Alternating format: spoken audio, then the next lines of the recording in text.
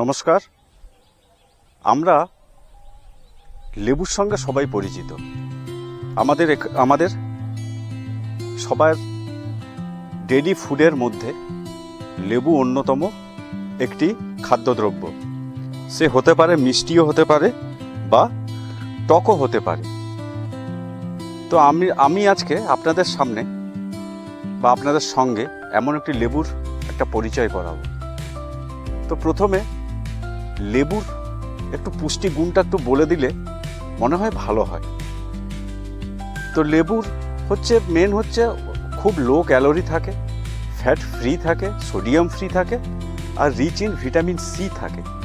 Vitamin C এর বৈজ্ঞানিক নাম হচ্ছে অ্যাসকর্বিক অ্যাসিডে ভর্তি থাকে, প্রায় 34% থাকে। আর এর কাজগুলো কি না, আমাদের রোগ প্রতিরক্ষা, আমরা যে বিভিন্ন খাদ্য খাই সেখান থেকে আয়রনটা শোষণ করে শরীরকে দেওয়া, যাতে আমাদের রক্তে আয়রনের পরিমাণটা স্বাভাবিক থাকে, শরীরের বিভিন্ন কোষের ক্ষতপূরণ, বিশেষ করে অ্যান্টিঅক্সিডেন্ট থাকে বলে, আর ত্বক, চুল ও হাড়ের সুরক্ষাও করে। আর হজমের যেসব উৎসেচক হয়, সে হজমের উৎসেচকগুলি ক্ষরণ করতে সাহায্য করে, যাতে হজম ক্রিয়া খুব দ্রুত হয়ে যায়।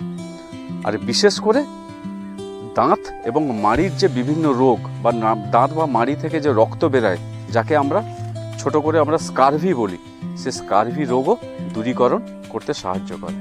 বর্তমানে দেখুন, আমি দাঁড়িয়ে আছি একটি নার্সারির মধ্যে।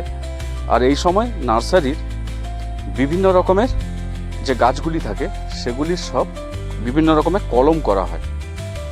তো যে লেবুটির সঙ্গে আজকে পরিচয় করাবো সেটি দেখুন। এই দেখুন,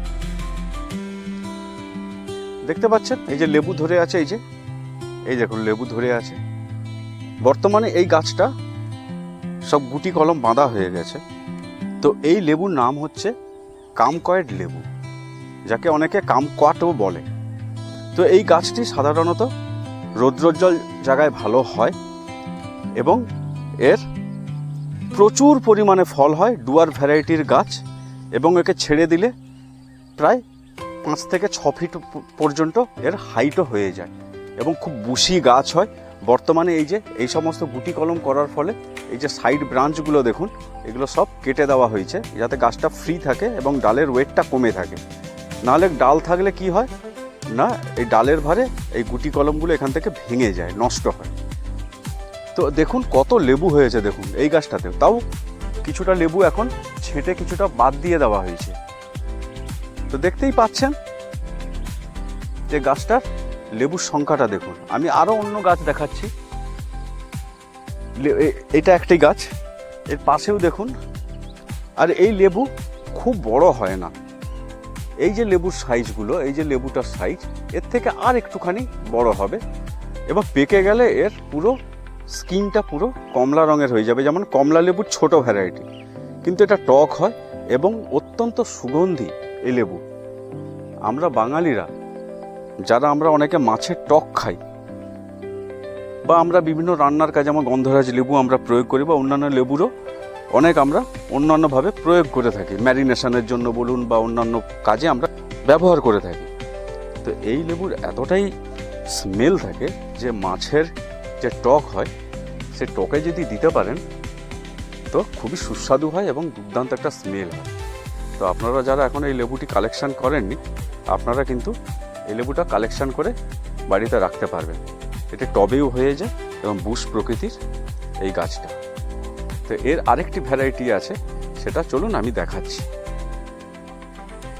যেটা আগে দেখালাম সেই গাছটা যেমন সবুজ, এই যে পাশে যেমন এইটা আছে, এটা যেমন সবুজ, আর এইটা হচ্ছে এর ভ্যারিগেটেড।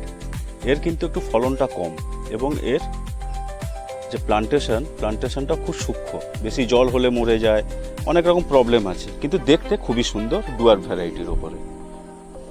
আর একটি গাছ দেখাচ্ছি চলুন, সেই গাছটা এখনো কিছু অংশে গুটি বাঁধা হয়নি, সেটা দেখাচ্ছি। তখন ওইখান থেকে আপনারা আন্দাজ করে নিতে পারবেন যে গাছগুলো কীরকম বুশি হয়।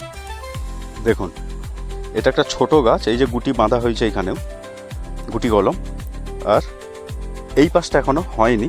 তাতে গাছটার বুশটা দেখুন কত সুন্দর। এ বুশি গাছ দেখছেন।